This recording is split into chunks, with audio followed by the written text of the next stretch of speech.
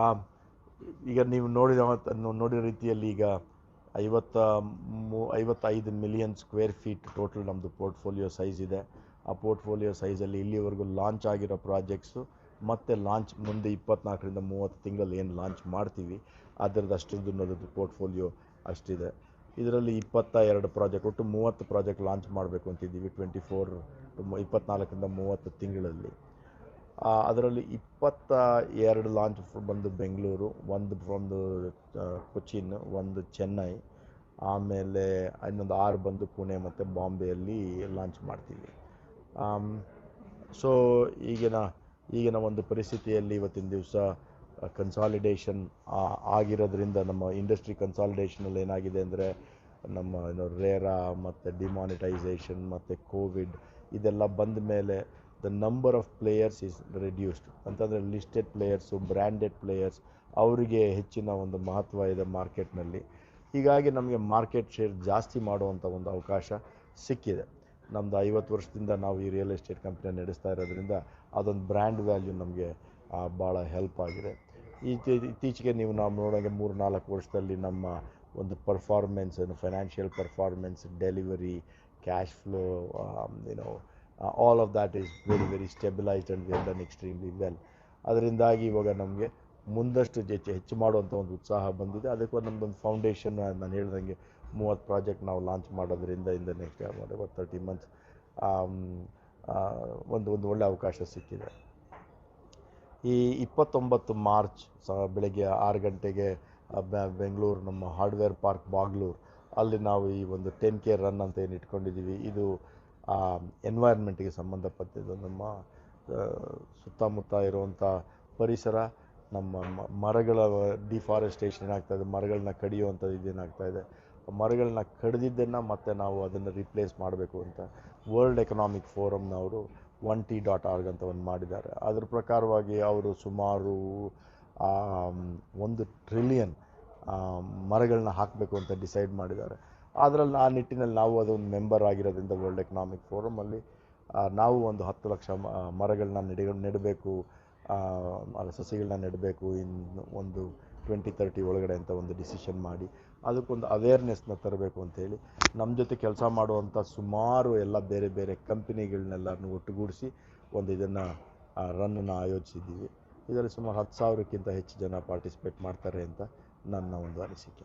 Sir, 50 ವರ್ಷದ ಜರ್ನಿನ ನೋಡೋದಾದ್ರೆ ಹೇಗೆ ಅನಿಸುತ್ತೆ ಸರ್? ನೀವು ಯಾವ ರೀತಿ ಡಿಫ್ರೆಂಟ್ ಅನಿಸುತ್ತೆ ಬೇರೆ ಪ್ಲೇಯರ್? 50 ವರ್ಷ ಒಂದು ಕಂಪನಿ 50 ವರ್ಷ ಉಳಿಬೇಕು ಅಂತಂತಂದರೆ ಅದು ಒಬ್ಬರಿಂದ ಸಾಧ್ಯ ಇಲ್ಲ. ಅದರಲ್ಲೇನು ಅಂತಂದರೆ ಮೊದಲನೇದಾಗಿ ಒಂದು ದೊಡ್ಡ ಒಂದು ವಿಷನ್ ಇರಬೇಕು. ಅಂದರೆ ಒಬ್ಬ ಮನುಷ್ಯನ ಇಂಡಿವಿಜುವಲ್ಗಿಂತ ದೊಡ್ಡದಾಗಿ ಏನು ಥಿಂಕ್ ಮಾಡ್ಬೋದು ಅಂತ ಅದು ಒಂದು ಇರಬೇಕು. ಎರಡನೇದೇನು ಅಂತಂದರೆ ಒಂದು ಲಾರ್ಜರ್ ಕಮಿಟ್ಮೆಂಟ್ ಇರಬೇಕು. ಅಂತಂದರೆ ನಾನೊಬ್ಬರಿಗೆ ಮನೆ ಕಟ್ಟಿ ಕೊಡಬೇಕು ಅಂತಂದರೆ ನಾವೊಬ್ಬರ ಜೀವನದಲ್ಲಿ ನಾವು ಭಾಗಿಯಾಗ್ಬಿಡ್ತೀವಿ. ಅದಕ್ಕೆ ಆ ಕಮಿಟ್ಮೆಂಟು, ಆ ಬದ್ಧತೆ ಬೇಕಾಗ್ತದೆ, ಅದಿರಬೇಕು ಎರಡನೇದಾಗಿ. ಮೂರನೇದಾಗಿ ಜನಗಳನ್ನ ಕಟ್ಟೋ ರೀತಿ, ಜನಗಳನ್ನ ತಂಡನ ಕಟ್ಟೋ ರೀತಿ, ಜನಗಳನ್ನ ನೋಡ್ಕೊಳೋ ರೀತಿ, ಜನಗಳನ್ನ ಭಾವಿಸೋ ರೀತಿ, ಗೌರವಿಸೋ ರೀತಿ, ಅದು ಭಾಳ ಇಂಪಾರ್ಟೆಂಟ್ ಆಗುತ್ತೆ. ಇದೆಲ್ಲ ಇದ್ದಾಗ ಅದಕ್ಕೆ ಜೊತೆಯಲ್ಲಿ ಒಂದಷ್ಟು ಒಳ್ಳೆ ವ್ಯಾಲ್ಯೂಸ್ ಇರಬೇಕಾಗತ್ತೆ. ಅಂತಂದರೆ ಸರಿಯಾಗಿ ಸಮಯವಾಗಿ ತೆರಿಗೆ ಕಟ್ಟೋದು, ಆಮೇಲೆ ಸರಿಯಾಗಿ ಸಮಯಕ್ಕೆ ಸರಿಯಾಗಿ ಅವರಿಗೆ ಎಷ್ಟು ದಿವಸದಲ್ಲಿ ನಾವು ಮನೆ ಕಟ್ಟಿಕೊಡ್ತೀವಿ ಅಂತೇಳಿ ಅಷ್ಟರಲ್ಲಿ ಕಟ್ಟಿಕೊಡುವಂಥದ್ದು. ಆಮೇಲೆ ಫೈನಾನ್ಷಿಯಲ್ ರೆಗ್ಯುಲಾರಿಟಿನ ಕರೆಕ್ಟಾಗಿ ಇಟ್ಕೊಂಡಿರೋದು. ನಾವು ಲಿಸ್ಟೆಡ್ ಪ್ಲೇಯರ್ ಆಗಿರೋದ್ರಿಂದ ನಾವು ಸುಮಾರು ಕಾನೂನಿನ ಚೌಕಟ್ಟಿನ ಒಳಗಡೆ ನಾವು ಕೆಲಸ ಮಾಡಬೇಕಾಗತ್ತೆ. ಆ ಕಾನೂನು ಅದನ್ನು ನಾವು ಗೌರವಿಸೋದು. ಸೊ ಇದೆಲ್ಲ ನಾವು ನೋಡಿದಾಗ 50 ವರ್ಷದಲ್ಲಿ ಸುಮಾರು ಮುಂದೆ ಬಂದಿದ್ವಿ. ಅಂದರೆ have we reached our peak, ಅಂದರೆ ನಮ್ಮ ಅತ್ಯುತ್ತಮ ಇದಕ್ಕೆ ಹೋಗಿದ್ದೀವ? ಇಲ್ಲ. ಐ ಥಿಂಕ್ ಈಗ ಅಲ್ಲಿದ್ದೀವಿ. ಇನ್ನು ಮುಂದಕ್ಕೆ ಮಾಡುವಂಥ ಒಂದು ದೊಡ್ಡ ಸದಾವಕಾಶ ಈಗಿದೆ. ಕಂಪನಿ ಮಾತ್ರ ಇದೆ, ಅನ್ಅಕೌಂಟೆಡ್ ಮನಿ ತೊಗೊಳ್ದೇನೆ ನೀವು ಬಿಸ್ನೆಸ್ ಮಾಡ್ತಾ ಇದ್ದೀರಿ. ಇದು ಹೇಗೆ ಹೆಲ್ಪ್ ಆಗಿದೆ ನಿಮ್ಮ ಕ್ರೆಡಿಬಿಲಿಟಿ? ನಾನು ಬೇರೆಯವ್ರು ಏನು ಮಾಡ್ತಿದ್ದಾರೆ ಅನ್ನೋದ್ರ ಬಗ್ಗೆ ಇಲ್ಲ. ನಮ್ಮಲ್ಲಿ ಇದು ಸುಮಾರು ಕಂಪನಿ ನಾವು ಹುಟ್ಟಾಕದಾಗಿಂದನೂ ಇದು ನಮ್ಮಲ್ಲಿ ಒಂದು condition.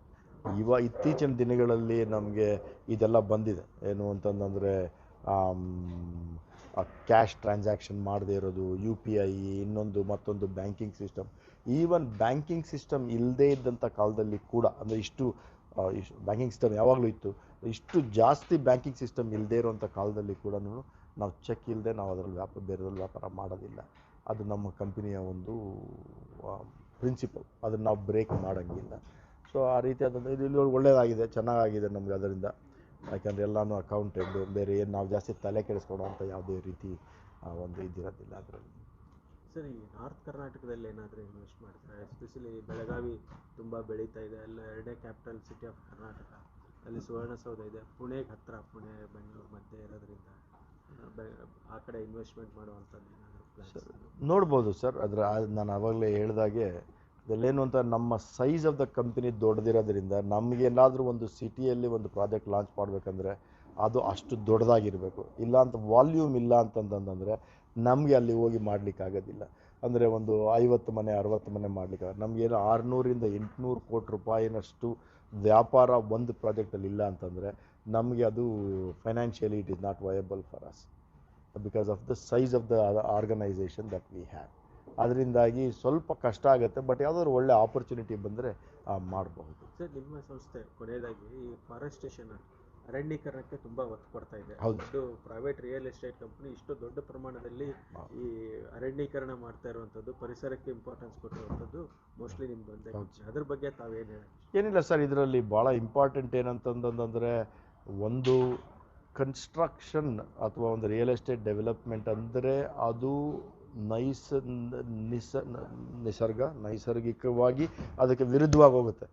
But at the same time development ಇಲ್ಲದೆ ಮನುಷ್ಯ ಇರೋಕ್ಕೂ ಆಗೋದಿಲ್ಲ. ನಾವು ಡೆವಲಪ್ಪು ಆಗಬೇಕು, ನಮ್ಮ ಒಂದು ಈ ಎನ್ವೈರನ್ಮೆಂಟ್ನ ಕಾಪಾಡಲೂಬೇಕು ಅಂದಾಗ ನಾವೇನಾದ್ರೂ ಅದರ ಬಗ್ಗೆ ಒಂದು ನಿಟ್ಟಿನಲ್ಲಿ ನಾವು ಮಾಡೋಕ್ಕಾಗುತ್ತೆ. ನಮ್ಮ ಇಂಡಸ್ಟ್ರಿನೇ ಈಗ ಎಲ್ಲ ಹೋಗಿ ಹೊಸಕೋಟೆಯಲ್ಲಿ ಪ್ರಾಪರ್ಟಿ ಮಾಡ್ತೀವಿ, ಏನೋ ಒಂದು ಡೆವಲಪ್ಮೆಂಟ್ ಮಾಡ್ತೀವಿ ಅಂತ, ಅಲ್ಲಿ ಮರ ಇರುತ್ತೆ, ಮರ ಕಡಿಬೇಕಾಗತ್ತೆ. ಆ ಮರಗಳನ್ನ ನಾವು ಬೇರೆ ಕಡೆ ಎಲ್ಲಾದರೂ ಮಾಡೋದು, ನೆಟ್ಟುವ, ಅಥವಾ ಅದೇ ಜಾಗದಲ್ಲಿ ನೋಡಿ, ಪೂರ್ವಂಕರಲ್ಲಿ ಒಂದೇನು ಅಂತಂದರೆ, ನಾವೊಂದು 1000 ಮನೆ ಮಾಡಿದ್ರೆ ಆ 1000 ಮನೆ ಮಾಡಿರೋ ಜಾಗದಲ್ಲಿ 1000 ಟ್ರೀ ಇರಲೇಬೇಕು ಮಿನಿಮಮ್. ಒಂದು ಮನೆಗೆ 1 ಟ್ರೀ ಆದರೂ ಇರಲೇಬೇಕು. ಅದು ಅಲ್ಲದೆ ಹೊರಗಡೆ ನಾವೇನು ಮಾಡ್ಬೋದು, ಅರಣ್ಯ ಇದು ರೆವಿನ್ಯೂ, ಅರಣ್ಯ ಡಿಪಾರ್ಟ್ಮೆಂಟ್, ಫಾರೆಸ್ಟ್ ಡಿಪಾರ್ಟ್ಮೆಂಟ್ ಜೊತೆಯಲ್ಲಿ ಏನು ಕೈಗೂಡಿಸ್ಬೋದು, ಆ ಥರ ನಾವು ಯಾವಾಗಲೂ ಒಂದು ಚಿಂತನೆ ಮಾಡ್ತಾ ಇರ್ತೀವಿ. ಯಾಕೆಂದರೆ ಅದು ಇಂಪಾರ್ಟೆಂಟು. ಏಕೆಂದರೆ ಮನುಷ್ಯ ಇರೋದಿಲ್ಲ, ಪ್ಲ್ಯಾನೆಟ್ ಯಾವಾಗಲೂ ಇರ್ತದೆ. ಜನ ಏನು ಹೇಳ್ತಾರೆ ಅಂದರೆ, ಏನು ಪ್ರಪಂಚನ ಉಳಿಸಿ ಅಂತಾರೆ. ನಾನು ಹೇಳೋದ್ರ ಬೇರೆ ರೀತಿ. ಏನಂತಂದರೆ, ಪ್ರಪಂಚ ನೀವು ಇಲ್ಲದೇ ಇದ್ದಾಗಲೂ ಇತ್ತು, ನೀವು ಹೋದ್ಮೇಲೂ ಇರುತ್ತೆ. ನಿಮ್ಮನ್ನು ನೀವು ಉಳಿಸ್ಕೊಳ್ಳಿ, ಯಾಕೆಂದರೆ ಫಾರೆಸ್ಟೇಷನ್ ಮಾಡೋದ್ರಿಂದ ನಿಮ್ಮನ್ನು ನೀವು ಉಳಿಸ್ಕೋಬೋದು. ಪ್ರಪಂಚ ಯಾವಾಗಲೂ ಇರುತ್ತೆ, ಮರ ಇರಲಿ ಮರ ಇಲ್ಲದೆ ಹೋಗಲಿ ಪ್ರಪಂಚ ಇರುತ್ತೆ. Thank you. ಗಲ್ಫ್ ಕಾನ್ಫ್ಲಿಕ್ಟಿಂದ ರಿಯಲ್ ಎಸ್ಟೇಟ್ ಮೇಲಾಗೋ ಪರಿಣಾಮ ಅಥವಾ ಪೂರ್ವಂಕರ ಅದನ್ನು ಹೇಗೆ ಎದುರಿಸ್ತಾ ಇದೆ, ಅಥವಾ ಪ್ರೈಸಿಂಗ್ ಇರ್ಬೋದು, ಬೇರೆ ಬೇರೆ ವಿವರಿಸ್ಬೋದಾ ಅದರ ಬಗ್ಗೆ? ಸರ್, ಒಂದು ಯುದ್ಧ ಅಂತಂದರೆ ಅದೇನೊಂದು ಒಳ್ಳೆಯ ಸನ್ನಿವೇಶ ಅಲ್ಲ. ಅದು ತುಂಬ ಒಂದು ನಮ್ಮ ಮನುಕುಲಕ್ಕೆ ಇದದು ಒಂದು ತಪ್ಪದು. ಒಂದು ಯುದ್ಧ ಆಗೋದು, ಜನಗಳು ಸಾಯೋದು, ತೊಂದರೆ ಆಗೋದು, ಇದರಿಂದ ಏನಂತಂದರೆ ಎಲ್ರಿಗೂ ಅದು ಎಫೆಕ್ಟ್ ಆಗುತ್ತೆ. ಸ್ವಾಭಾವಿಕವಾಗಿ ನಮ್ಮ ವ್ಯಾಪಾರಕ್ಕೂ ಕೂಡ ಅದು ಎಫೆಕ್ಟ್ ಆಗುತ್ತೆ.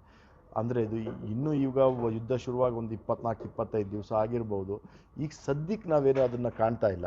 ಹೌದು, ಕಟಾರಿಂದ ನ್ಯಾಚುರಲ್ ಗ್ಯಾಸ್ ಬರ್ತಾ ಇಲ್ಲ. ನ್ಯಾಚುರಲ್ ಗ್ಯಾಸ್ ಸಂಬಂಧಪಟ್ಟಂಗೆ ಯಾವುದಾದ್ರು ವ್ಯಾಪಾರ ಇದ್ದರೂ ಸೆರಾಮಿಕ್ಸ್ನವರು ಅಲ್ಲಿ ಸ್ವಲ್ಪ ಅದು ಬಂದಾಗಿರ್ಬೋದು. ನಮಗಿನ್ನೂ ಅದರದ್ದು ಪೂರ್ತಿಯಾದ ಒಂದು ಒತ್ತಡ ನಮ್ಮ ಮೇಲೆ ಬಂದಿಲ್ಲ. ಅದೇನೇ ಒತ್ತಡ ಬಂದ್ರೂ ಅದನ್ನು ನಾವು ಅನುಭವಿಸ್ಬೇಕಾಗತ್ತೆ. ಎಂಡ್ ಆಫ್ ದ ಡೇ ಯಾವ ವಿಷಯ ನಮ್ಮ ಕಂಟ್ರೋಲಲ್ಲಿದೆ ಅದನ್ನು ನಾವು ಕಂಟ್ರೋಲ್ ಮಾಡ್ಬೋದು. ಯಾವ ವಿಷಯ ನಮ್ಮ ಕಂಟ್ರೋಲ್ ಅದು ಮಾಡೋಕ್ಕಾಗಲ್ಲ. ಆದರೆ ಒಂದು ಕಂಪನಿಯಾಗಿ ನಾವು ಆ ಒಂದು ಒತ್ತಡನ ತೊಗೊಳೋಕ್ಕೆ ಅಂತ ಕುಷನ್ನ ನಾವು ಮಾಡ್ಕೊಂಡಿದ್ವಿ. ಅದಕ್ಕೆ ಒಂದು larger companies have that ability to safeguard that kind of stresses.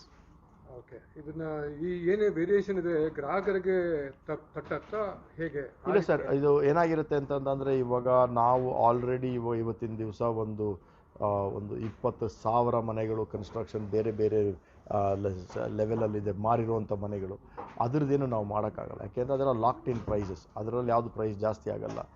ಯಾವಾಗ ಮುಂದೆ ಏನು ಸೇಲ್ ಮಾಡ್ಬೋದು ನಾವು ಇನ್ ದ ನೆಕ್ಸ್ಟ್ 1, 2, 3, 4 ತಿಂಗಳಲ್ಲಿ ಇದ್ರ ಬಗ್ಗೆ ಇದು ಬೇರೆ ಬೇರೆ